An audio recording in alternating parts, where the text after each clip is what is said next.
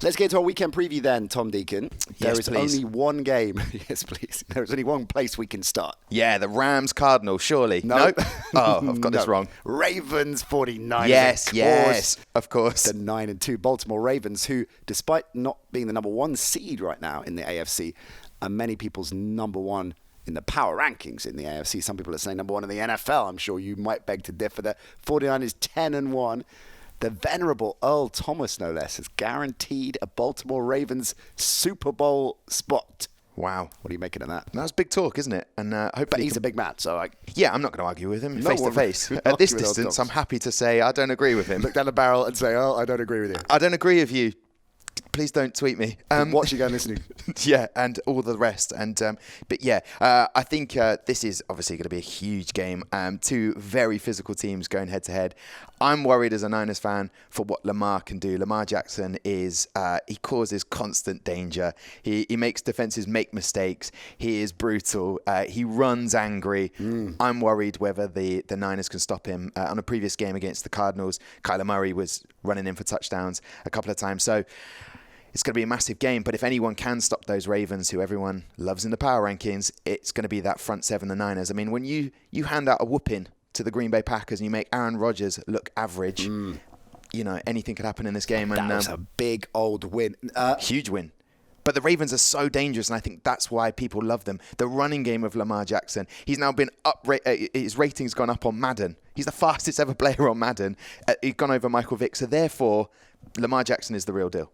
If you look at this, it's not, and Lamar Jackson is a key part of that, of that offense, full stop, but of the running side of the offense. But overall, collectively, they have. It's not even close how far ahead they are. They're 700 more yards on the ground than the 49ers, who have the second leading rushing attack. Over 3 times as many yards on the ground as the Miami Dolphins, who are 32nd.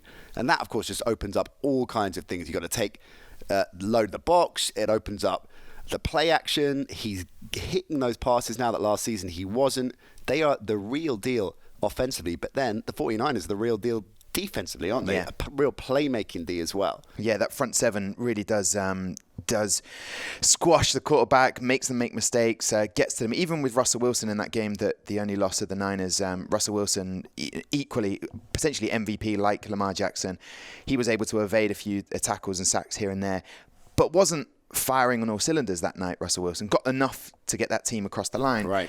But I think Lamar Jackson is so...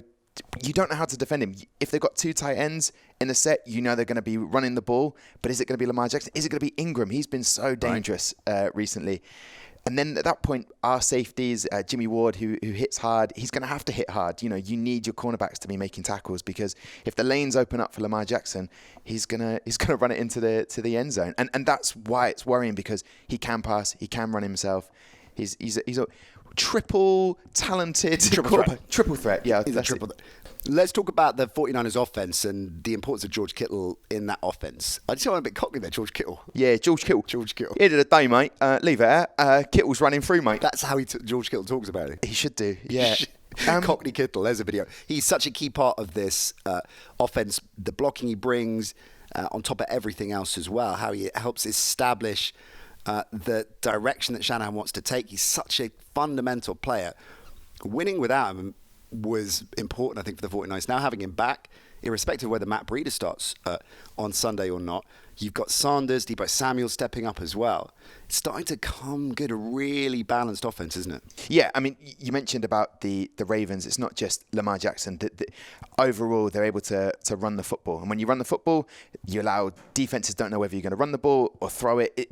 You're asking them lots of questions, which they can't set up for. With some teams that aren't good at running the football, you're like, okay, cool, they're going to be passing this, as we saw sometimes with Dak Prescott last night. The thing is with the Niners, when they begin to run that football, with Mostert, who got a touchdown last week against the Packers, there's Tevin Coleman. Brady has been injured, but Wilson has stepped in as well. Kyle Juszczyk's back. You've got George Kittle. When you open up the talent that we have, it's clicking. Jimmy G looks fantastic as well. He doesn't look afraid to sit in the pocket and throw the dime straight to Kittle. But it has to run together. It has to work. And I think the Niners sometimes have looked a bit shaky when they haven't got that run game going. So against the Ravens, how good is their run defense? We'll find out, won't we? We will know a lot more about how good this 49ers side is, I think, after this game, because they're meeting the Ravens head on, who are in white-hot form. Outside of this game, in the NFC, who are you most worried about in terms of the playoff race? I think I have to say that the Seahawks, they're just behind the Niners.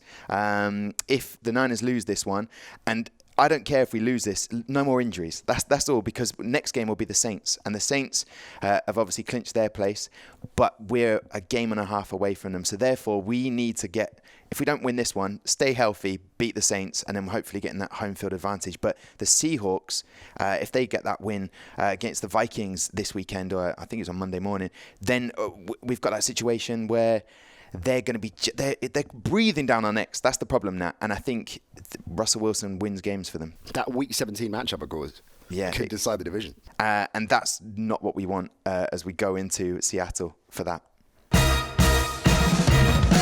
Hope you enjoyed the Nat Coombs Show presented by Paddy Power Fantasy. There's plenty more where that came from. Just click subscribe to ESPN UK and you won't miss a trick.